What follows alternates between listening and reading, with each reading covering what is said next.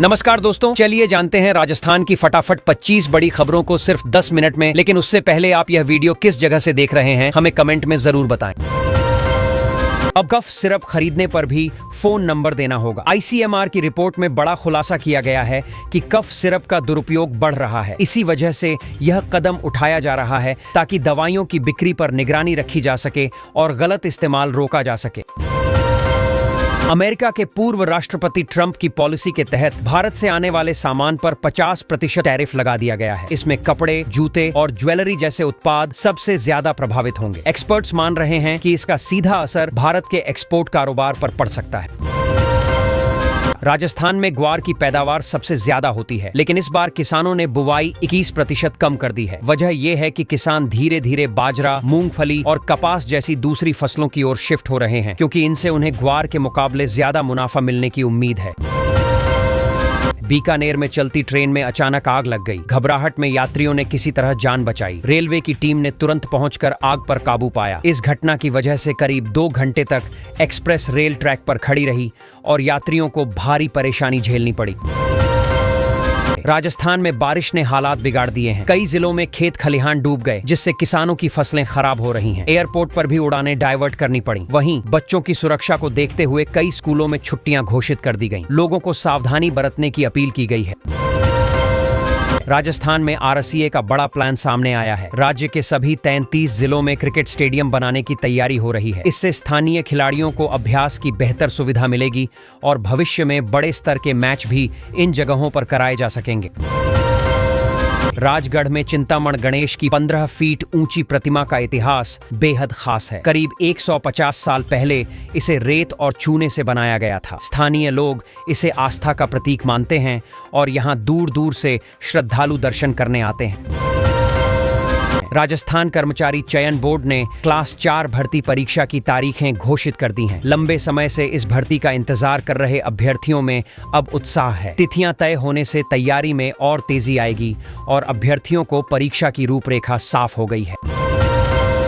मुख्यमंत्री भजनलाल शर्मा ने कृषि प्रसंस्करण इकाइयों को 298 करोड़ रुपए का अनुदान देने के प्रस्ताव को मंजूरी दे दी है। इस फैसले से किसानों और कृषि आधारित उद्योगों को बड़ा लाभ मिलेगा। इससे रोजगार भी बढ़ेगा और राज्य की कृषि अर्थव्यवस्था को मजबूती मिलेगी।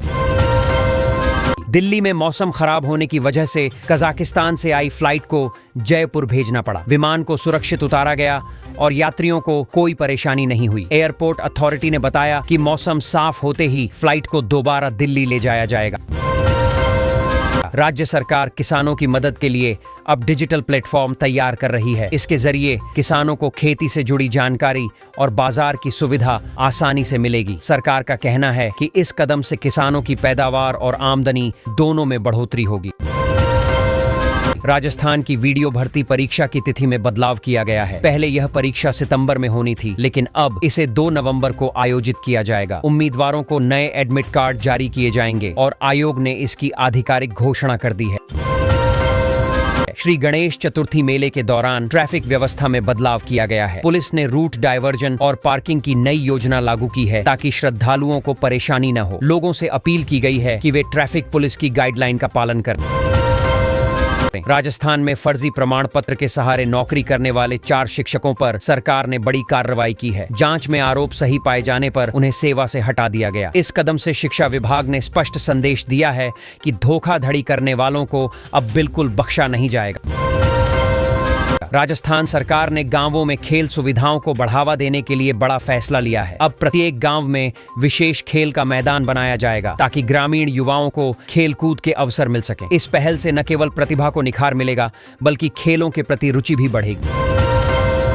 राजस्थान से छोड़े गए पानी ने यूपी के गांवों के लिए खतरे की घंटी बजा दी है। आगरा की उटंगन नदी उफान पर है और बाढ़ का खतरा मंडरा रहा है। प्रशासन सतर्क है और गांव वालों को भी सावधान रहने की सलाह दी गई है। हालात बिगड़े तो बचाव कार्य शुरू किए जाएंगे।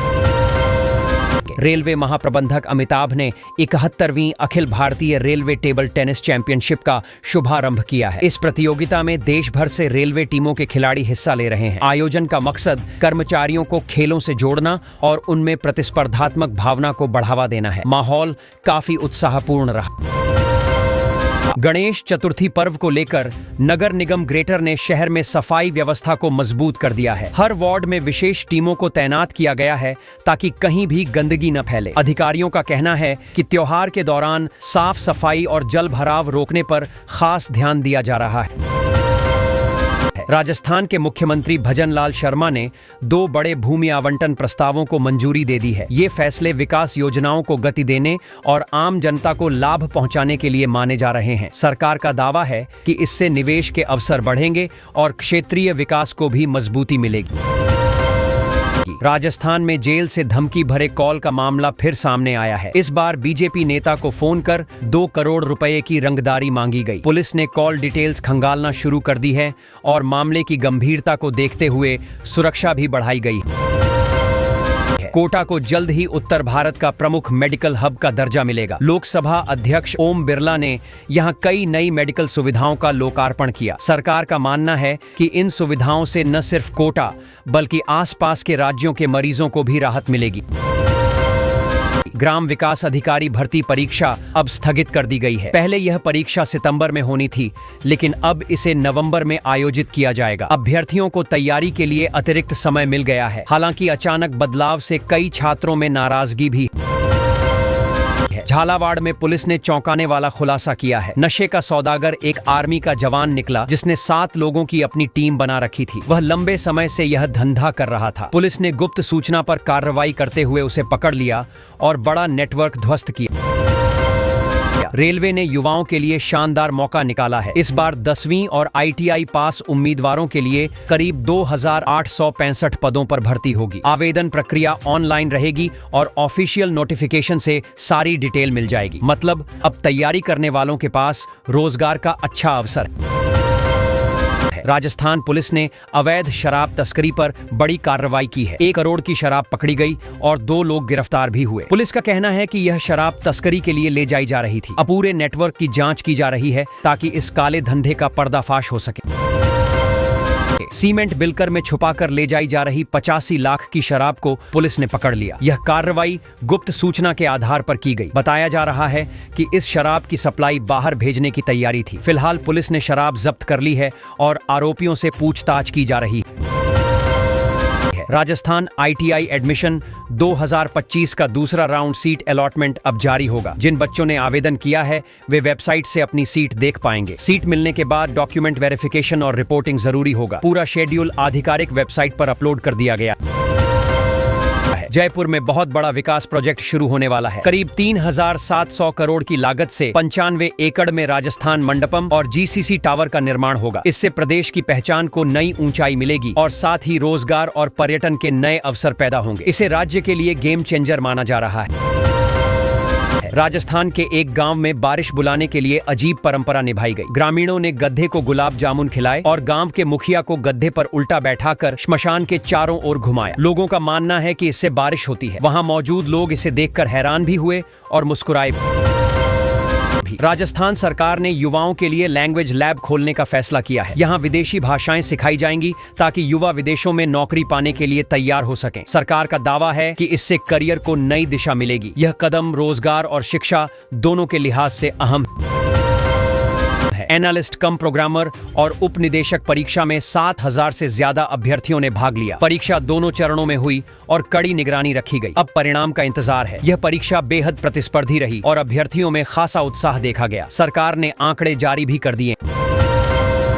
राजस्थान सरकार ने विश्वकर्मा युवा उद्यमी प्रोत्साहन योजना को मंजूरी दी है। इस योजना के तहत युवा खुद का व्यवसाय शुरू कर सकेंगे। सरकार उन्हें आर्थिक मदद और मार्गदर्शन दोनों देगी। इसका मकसद युवाओं को आत्मनिर्भर बनाना है ताकि वे रोजगार मांगने की बजाय रोजगार देने वाले बने। राजस्थान में सौर ऊर्जा पर जोर दिया जा रहा है। सरकार ने 2500 मेगावाट उत्पादन का लक्ष्य रखा है। इससे न सिर्फ राज्य बिजली में आत्मनिर्भर होगा बल्कि लोगों को सस्ती और स्वच्छ ऊर्जा मिलेगी। पर्यावरण को भी नुकसान कम होगा। यह प्रोजेक्ट हर लिहाज से फायदेमंद माना जा रहा है। राजस्थान हाईकोर्ट ने सरकारी स्कूलों पर बड़ा फैसला सुनाया है। करीब 86,000 स्कूल कमरों को असुरक्षित मानकर उनमें कक्षाएं बंद कर दी गई हैं। कोर्ट का कहना है कि बच्चों की सुरक्षा पहले है। जब तक कमरों की मरम्मत नहीं हो जाती वहां पढ़ाई नहीं कराई जाएगी। जयपुर में स्ट्रीट डॉग्स की समस्या बढ़ गई है। शहर में लगभग 1 लाख कुत्ते घूम रहे हैं, जबकि उनके लिए केवल एक ही डॉग केयर सेंटर है और उसकी हालत भी खराब है। मेयर ने माना है कि समस्या बड़ी है, लेकिन समाधान की दिशा में काम करने की कोशिशें चल रही हैं। सितंबर में राजस्थान की 18 ट्रेनों को रद्द किया जाएगा और 7 का रूट बदला जाएगा। रेलवे ने यात्रियों को सलाह दी है कि पहले से अपनी योजना बदल लें। वैकल्पिक मार्ग और समय की जानकारी भी दी गई है। प्रभावित यात्री रेलवे की वेबसाइट या सूचना केंद्र पर ध्यान रखें। भारी बारिश के बावजूद राजस्थान का एक बांध सूखा रह गया। इससे पेयजल संकट की आशंका बढ़ गई है। प्रशासन ने लोगों से पानी बचाने और वैकल्पिक स्रोतों का उपयोग करने की अपील की है। ग्रामीण और शहरी दोनों क्षेत्रों में पानी की किल्लत देखते हुए प्रशासन सतर्क हो गया है। राजस्थान के एक गांव में जमीन धंसने से झरने जैसा दृश्य बन गया। ग्रामीण डर गए और प्रशासन ने तुरंत राहत कार्य शुरू किया। प्रभावित परिवारों को सुरक्षित स्थानों पर ले जाया गया। यह घटना स्थानीय लोगों के लिए चिंता का विषय है, लेकिन देखने के लिए पर्यटक भी पहुंचने लगे। भारी बारिश के कारण कई दुकानों और मकान ढह गए। लोगों ने अपने घर उजड़ने का डर झेला। प्रशासन ने तुरंत राहत केंद्र बनाए और प्रभावितों को वहां शिफ्ट किया। बचाव दल लगातार सक्रिय है। हालात बिगड़े न, इसलिए सभी को सुरक्षित जगहों पर भेजा जा रहा है। राजस्थान में बारिश से हालात बिगड़ गए तो प्रशासन ने 19 जिलों में स्कूल बंद रखने का आदेश दे दिया। यह फैसला बच्चों की सुरक्षा को ध्यान में रख कर लिया गया। शिक्षकों और कर्मचारियों को भी सतर्क रहने की सलाह दी गई। छात्रों को घर पर सुरक्षित रहने का निर्देश दिया गया। राजस्थान में तेज बारिश और आंधी तूफान की चेतावनी जारी हुई है। मौसम विभाग ने कहा है कि अगले 7 दिन तक अलर्ट रहेगा। किसानों और आम लोगों को सतर्क रहने की सलाह दी गई है। खासकर निचले इलाकों में जल भराव से बचाव के उपाय करने की बात कही गई। इस बार मानसून ने राजस्थान में कहर मचा दिया। औसत से 177% ज्यादा बारिश दर्ज हुई है। 18 बड़े डैम ओवरफ्लो हो गए और कई नदियां उफान पर हैं। ग्रामीण इलाकों में बाढ़ जैसे हालात बन गए। प्रशासन लगातार राहत कार्य में जुटा है और लोगों को सतर्क रहने की सलाह दी है। उस्मानी समाज ने शिक्षा और प्रतिभा को बढ़ावा देने के लिए सम्मान समारोह आयोजित किया। इसमें उत्कृष्ट छात्रों और योगदान देने वालों को सम्मानित किया गया। समाज का मानना है कि शिक्षा ही तरक्की की राह है। इस अवसर पर शिक्षकों और सामाजिक योगदान की भी सराहना की गई। राजस्थान में भारी बारिश से कई जिले प्रभावित हो गए। बाढ़ और जलभराव ने हालात बिगाड़ दिए। सड़कें और घर पानी में डूब गए। प्रशासन ने राहत कार्य शुरू किया और लोगों को सुरक्षित स्थानों पर पहुंचाया। स्कूल बंद कर दिए गए और परिवहन व्यवस्था भी बाधित हो गई। गुजरात और राजस्थान समेत कई राज्यों में बहुत भारी बारिश का पूर्वानुमान है। मौसम विभाग ने येलो अलर्ट जारी किया है। जनता को सावधान रहने, निचले इलाकों में सतर्क रहने और बच्चों को स्कूल न भेजने की सलाह दी गई। सड़क यातायात में भी सावधानी बरतने की अपील की गई।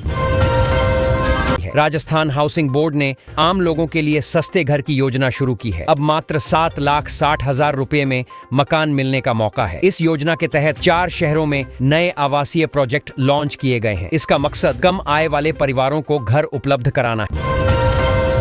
राजस्थान सरकार ने बेटियों के लिए एक नई योजना शुरू की है। इस योजना के तहत योग्य बेटियों को 2 लाख रुपए की सहायता राशि मिलेगी। सरकार चाहती है कि लड़कियां पढ़ाई और करियर में आगे बढ़ें और परिवार पर बोझ न बने। यह योजना बेटियों के उज्जवल भविष्य की दिशा में बड़ा कदम मानी जा रही है।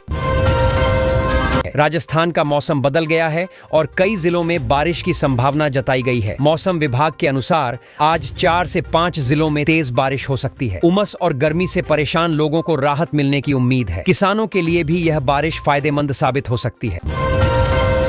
अब कफ सिरप खरीदने पर भी फोन नंबर देना होगा। ICMR की रिपोर्ट में बड़ा खुलासा किया गया है कि कफ सिरप का दुरुपयोग बढ़ रहा है। इसी वजह से यह कदम उठाया जा रहा है ताकि दवाइयों की बिक्री पर निगरानी रखी जा सके और गलत इस्तेमाल रोका जा सके। अमेरिका के पूर्व राष्ट्रपति ट्रंप की पॉलिसी के तहत भारत से आने वाले सामान पर 50% टैरिफ लगा दिया गया है। इसमें कपड़े, जूते और ज्वेलरी जैसे उत्पाद सबसे ज्यादा प्रभावित होंगे। एक्सपर्ट्स मान रहे हैं कि इसका सीधा असर भारत के एक्सपोर्ट कारोबार पर पड़ सकता है।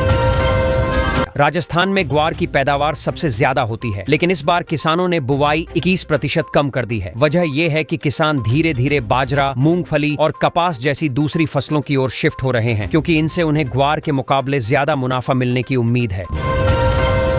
बीकानेर में चलती ट्रेन में अचानक आग लग गई। घबराहट में यात्रियों ने किसी तरह जान बचाई। रेलवे की टीम ने तुरंत पहुंचकर आग पर काबू पाया। इस घटना की वजह से करीब 2 घंटे तक एक्सप्रेस रेल ट्रैक पर खड़ी रही और यात्रियों को भारी परेशानी झेलनी पड़ी। राजस्थान में बारिश ने हालात बिगाड़ दिए हैं। कई जिलों में खेत खलिहान डूब गए, जिससे किसानों की फसलें खराब हो रही हैं। एयरपोर्ट पर भी उड़ानें डाइवर्ट करनी पड़ी।